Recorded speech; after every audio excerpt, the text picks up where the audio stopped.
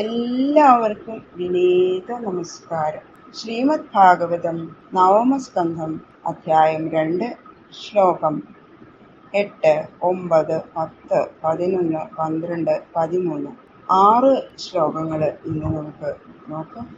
ആ കൃഷധ്വനെ ആ മുനി ശപിക്കുകയാണ്, ഗുരുവായിട്ടുള്ള മുനി. അതാണ് അടുത്ത ശ്ലോകങ്ങളിൽ പറയുന്നത്. ശുക്ലാംബരധരം വിഷ്ണു ശശിവർണം ചതുർഭുജം പ്രസന്നവദനം ധ്യായേത് സർവവിഘ്നോപശാന്തയേ. ഗുരവേ സർവലോകാനാം ഭിഷജേ ഭവരോഗിണാം നിധയേ സർവവിദ്യാനാം ദക്ഷിണാമൂർത്തയേ നമഃ. പീതാംബരം കരവിരാജിത ശംഖചക്രകൗമോദഗീ സരസിജം കരുണാസമുദ്രം രാധാസഹായ അതിസുന്ദരമന്ദഹാസം ആദാലയേശമനിശം ഹൃദി ധാരയാമി. ശ്രീഗുരുവായൂരപ്പാശരണം കഥാമയും ഭാഗവതാപിതാനാം ഹരേ തനുതേ ചരിതൈ യഥാമതി പരിതോഷകാമസ്തൗമി സീത അച്യുത ആരുരേഷ്കം ഗണപതയേ നമഃ. സംസരസ്വത്യേ നമഃ. ഗുരുഭ്യോ നമഃ. ഓം നമോ ഭഗവതേ വാസുദേവായ. ഓം നമോ ഭഗവതേ വാസുദേവായ. ഓം നമോ ഭഗവതേ വാസുദേവായ. മന്യമാനോ ഹതം വ്യാഘ്രം പൃഷത്രപരവീരഃ അദ്രാക്ഷീൽ സ്വകഥാം ബഭ്രും വിഷ്ടായാം നിശി ദുഃഖിത. വ്യാഘ്രം ഹതം, വ്യാഘ്രം ഹനിക്കപ്പെട്ടു എന്ന് മന്യമാന വിചാരിക്കുന്ന പരവീരഃ പുരുഷത്ര, ശത്രുവീരന്മാരെ ഹനിക്കുന്ന പുരുഷത്രൻ നിശി ദുഷ്ടായാം, രാത്രി കഴിഞ്ഞപ്പോൾ സ്വഹതാം ബഭ്രും, തന്നാൽ ഹനിക്കപ്പെട്ട കപിലയെ ദ്രാക്ഷി ദർശിച്ചു. ദുഃഖിതം, ദുഃഖിച്ചു.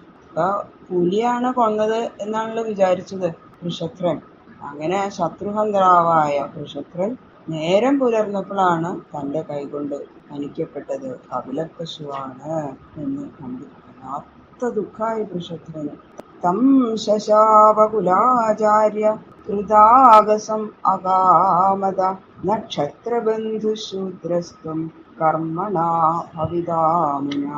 അകാമത, അറിയാതെ കണ്ട്, കൃതാഗസം തം, അപരാധം ചെയ്ത അവനെ കുലാചാര്യൻ ശശാപ, ശപിച്ചു.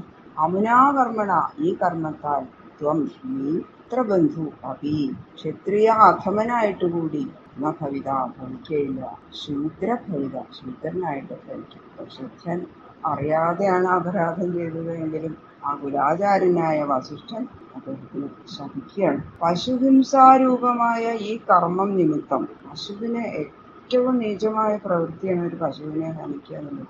ആ കർമ്മം നീ ചെയ്തതുകൊണ്ട് ക്ഷത്രിയാധമനായിട്ട് മാത്രമല്ല, അതും കൂടി ഭവിക്കില്ല എന്നത്, പിന്നെയോ ശൂദ്രനായിട്ട് തന്നെ ജനിക്കും എന്ന് ശപിച്ചു. ഏവം ശക്തസ്തു ഗുരുണാ പ്രത്യഗൃഹാൽ കൃതാഞ്ജലി അധാരയ വ്രതം വീര ഊർധ്വരേതാമുനിപ്രിയം. ഏവം ഗുരുണാ ശക്ത, പ്രകാരം ഗുരുവിനാൽ ശപിക്കപ്പെട്ട വീരൻ കൃതാഞ്ജലി, അഞ്ജലി ബന്ധിച്ചുകൊണ്ട് പ്രത്യഗൃഹാൽ പ്രതിഗ്രഹിച്ചു. ഊർധ്വരേതാഹ, ഊർധ്വരേതസ്സായിട്ട് മുനിപ്രിയം വ്രതം, മുനിമാർക്കിഷ്ടമായ വ്രതത്തെ ആരേത് ധരിച്ചു. നക്ഷത്രന് ഗുരു ശപിച്ചപ്പോൾ ഒരു വിഷമവും തോന്നിയില്ല. പ്രകാരം ഗുരു ശപിച്ചുവെങ്കിലും വീരനായ നക്ഷത്രൻ ക്ലേശിക്കാതെ ആ ശാപത്തെ അഞ്ജലിബദ്ധം ചെയ്തുകൊണ്ട്, തൊഴുതുകൊണ്ട് തന്നെ, എന്താണ് ഗുരു പറയണത് അതനുസരിക്കുക, അതാണ് ഒരു ശിഷ്യന്റെ കടമ. ഇത് മനസ്സിലാക്കിയിട്ട് ഒരു ഭാവം പ്രകടിപ്പിക്കാതെ സ്വീകരിച്ചു. അതിൽ പിന്നെ ആ ഇന്ദ്രിയങ്ങളെയൊക്കെ ജയിച്ചവനായിട്ട് മുനികൾ ഇഷ്ടപ്പെടുന്ന ഭഗവത് ഭജനാത്മകമായ നൈഷ്ഠിക ബ്രഹ്മചര്യം, മുനിമാരൊക്കെ ചെയ്യണമാതിരി നൈഷ്ഠിക ബ്രഹ്മചര്യം സ്വീകരിച്ച്, കഠിനമായ വ്രതം സ്വീകരിച്ച് തപസ് അനുഷ്ഠിക്കാൻ തുടങ്ങി. അദ്ദേഹം. വാസുദേവേ ഭഗവതി സർവാത്മനി പരേ അമലെ ഏകാന്തിത്വം ഗതോ ഭക്തിയാ സർവഭൂത സുഹൃത്സമ. സർവഭൂത സുഹൃത്ത്, സർവഭൂതങ്ങളുടെ സുഹൃത്തും, സമനുമായ, അമലെ നിർവികാരനും, പരേ സർവോത്കൃഷ്ടനും, ആത്മനി സർവരിലും ആത്മാവുമായിരിക്കുന്ന ഭഗവതി വാസുദേവേ ഭഗവാനായ വാസുദേവനിൽ ഭക്തി കൊണ്ട് ഏകാന്തിത്വം ഗത, ഏകാന്തി എന്ന ഭാവത്തെ പ്രാപിച്ചു. സകലഭൂതങ്ങളുടെയും സുഹൃത്തായും അവരുടെ സുഖദുഃഖങ്ങൾ തന്റെ സുഖദുഃഖങ്ങൾ എന്ന പോലെ വിചാരിക്കുന്നവനും, സർവവികാരശൂന്യനും സർവോത്കൃഷ്ടനും സർവാത്മാവുമായ ആ ഭഗവാൻ വാസുദേവനിൽ പരമഭക്തി നിമിത്തം അന്യവിചാരങ്ങളൊന്നുമില്ലാത്തവനായ ആ പുരുഷോത്തരൻ. അങ്ങനെ ആ ഭഗവാനെ മാത്രം സർവാത്മന ഭജിച്ചുകൊണ്ട് അദ്ദേഹം കാലമഴിച്ചു. ആ പുരുഷോത്തരൻ വിമുക്തസംഗശാന്താത്മാ സംയദാക്ഷോ പരിഗ്രഹ യദൃച്ഛയോപവന്നേന കൽപ്പയൻ വൃത്തിം ആത്മന.